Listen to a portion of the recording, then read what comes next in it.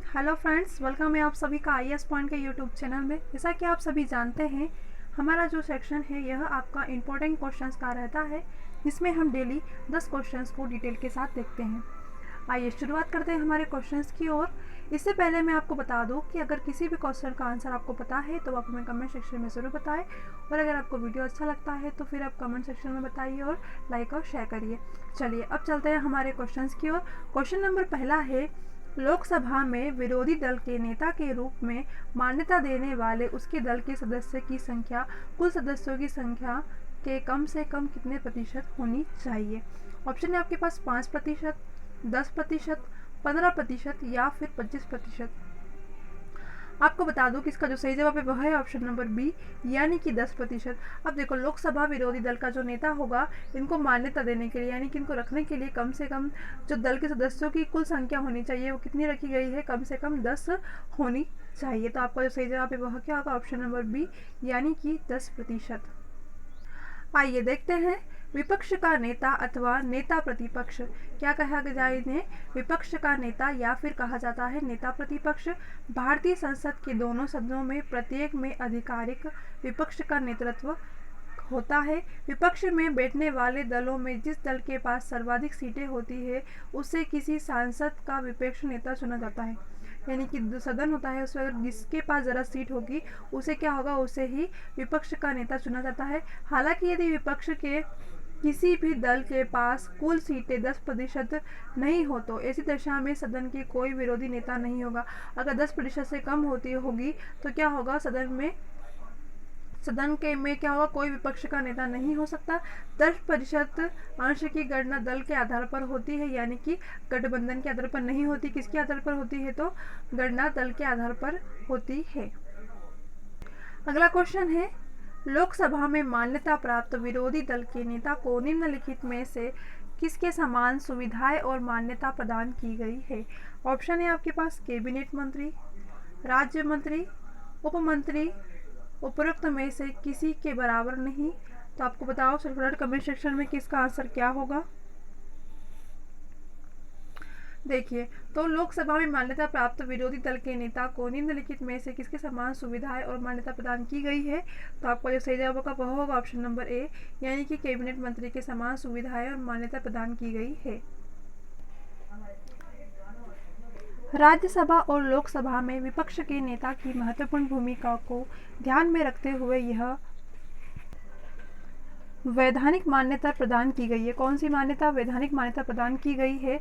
उन्हें 1 नवंबर 1987 को प्रभावी एक पृथक विधान के माध्यम से कैबिनेट मंत्री की भांति वेतन अन्य उपरोक्त सुविधाएं प्रदान की जाती है। किसे, देखो क्लियर है आपको कि 1 नवंबर 1987 को प्रभावी एक पृथक विधान के माध्यम से जो कैबिनेट मंत्री होते हैं इनकी भांति वेतन तथा अन्य उपरोक्त सुविधाएं प्रदान की जाती है। किसे, विपक्ष के नेता को। अगला क्वेश्चन है, लोकसभा का विरोधी दल के पहले मान्यता प्राप्त नेता थे, यानी कि लोकसभा का जो विरोधी दल है इसके पहले मान्यता प्राप्त नेता थे। ऑप्शन है आपके पास श्यामा प्रसाद मुखर्जी, इंदिरा गांधी, राम सुभग सिंह या फिर YV चौहान। तो आपको बताना है कमेंट सेक्शन में कि इसका सही जवाब क्या होगा। चलिए, तो इसका जो सही जवाब होगा वह होगा ऑप्शन नंबर सी, यानी कि राम सुभग सिंह।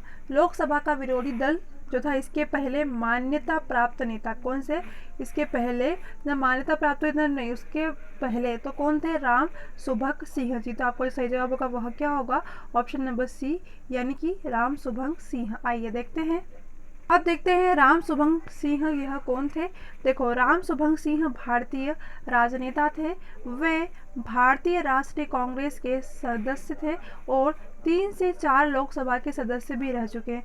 सन 1969 में कांग्रेस पार्टी के विभाजन के बाद वे भारतीय कांग्रेस संघ में रहे, कायम में भारतीय जो कांग्रेस संघ है इसमें। इसके बाद क्या हुआ, उन्होंने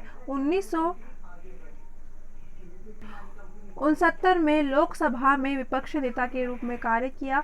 भारतीय राष्ट्रीय कांग्रेस संगठन या कांग्रेस या इसे भारतीय में क्या कहा था, एक राजनीतिक पार्टी थी। कौन सी थी, एक राजनीतिक पार्टी थी। कौन सी, भारतीय राष्ट्रीय कांग्रेस कहा जाए या फिर कांग्रेस।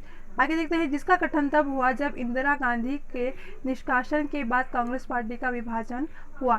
अब देखो किसका निष्कर्ष, यानी कि भारतीय राष्ट्रीय कांग्रेस या कांग्रेस का निष्कर्ष कब, किसके बाद हुआ था, कौन आया था, तो आप क्या कहोगे, इंदिरा गांधी के निष्कर्ष के बाद ही कांग्रेस पार्टी का विभाजन हुआ था। ये आपसे कहा जाए कि कांग्रेस पार्टी का विभाजन कब हुआ था, आप क्या बताओगे, 1969 में। अगला क्वेश्चन है, राज्यसभा के विपक्ष का प्रथम नेता कौन था। ऑप्शन है आपके पास YV चौहान, भोला पासवान, कमलापति त्रिपाठी या फिर CM स्टीफन। तो मैं आपको बता दूं कि राज्यसभा के विपक्ष का प्रथम नेता कौन थे। आप सभी को पता होना चाहिए कि राज्यसभा के विपक्ष के नेता, ठीक है, विपक्ष के पूछे हैं कि कौन थे। क्या जवाब होगा इसका, ऑप्शन A, B, C या फिर D होगा। चलिए, तो इसका सही जवाब वह है ऑप्शन नंबर C, यानी कि कमलापति त्रिपाठी ही राज्यसभा में विपक्ष के प्रथम नेता थे। इंपॉर्टेंट क्वेश्चन है कि राज्यसभा पार्टी में विपक्ष के जो प्रथम नेता थे वह कौन थे, तो आप क्या बताओगे, कमलापति त्रिपाठी जी ये राज्यसभा के विपक्ष का प्रथम नेता था। कमलापति त्रिपाठी एक भारतीय राजनीति थे, एक वरिष्ठ कांग्रेसी नेता थे। वे संविधान सभा के सदस्य रहे, उत्तर प्रदेश में मुख्यमंत्री रहे, कब से कब तक, 1971 से 1973 तक, तथा भारत के रेल मंत्री भी रहे हैं। वर्ष 1977 से 1980 तक राज्यसभा के विपक्ष के नेता रहे हैं। किसके, राज्यसभा के विपक्ष के नेता कब तक रहे, तो 1977 से 1980 तक। यह क्या, कौन थे, तो यह एक भारतीय राजनेता थे। अगला क्वेश्चन है, भारत में सॉलिसिटर जनरल होता है कौन, सॉलिसिटर जनरल कौन होता है। ऑप्शन है आपके पास, एक प्रशासनिक अधिकारी, एक न्यायिक सलाहकार, प्रधानमंत्री का सलाहकार या फिर राष्ट्रपति को सलाह देने के लिए कानूनी अधिकारी होता है। इसका आंसर क्या होगा, फटाफट कमेंट सेक्शन में बताइए। ऑप्शन नंबर A होगा क्या, B, C या फिर D होगा। क्या क्वेश्चन है हमारा कि भारत का जो सॉलिसिटर है जनरल वह कौन होता है। देखिए, तो मैं आपको बता दूं, यह एक प्रशासनिक अधिकारी होता है। तो आपका जो सही जवाब है वह क्या होगा, ऑप्शन नंबर A, यानी कि भारत का सॉलिसिटर जनरल एक प्रशासनिक अधिकारी होता है। आइए देखते हैं, अब देखते हैं सॉलिसिटर जनरल कौन है। तो देखो, सॉलिसिटर जनरल भारत का महान्यायवादी या फिर क्या कहा जाता है इसे, अटॉर्नी जनरल, ठीक है, महान्यायवादी, और को इंग्लिश में क्या कहा जाता है, अटॉर्नी जनरल, ठीक है। इसके अधीन क्या करता है, यह कार्य करते हैं। इसके बाद देखते हैं, सॉलिसिटर जनरल की नियुक्ति 3 वर्ष की अवधि के लिए की जाती है। कितने सालों के लिए की जाती है, 3 वर्ष के लिए, ओनली 3 वर्ष, ठीक है। सॉलिसिटर जनरल देश का दूसरा सर्वोच्च कानूनी अफसर होता है। देखो, इंपॉर्टेंट लाइन है कि देश का दूसरा सर्वोच्च कानूनी अफसर कौन होता है, तो आप क्या बताओगे, सॉलिसिटर, ठीक है। वह महान्यायवादिक सहायता के रूप में कार्य करता है,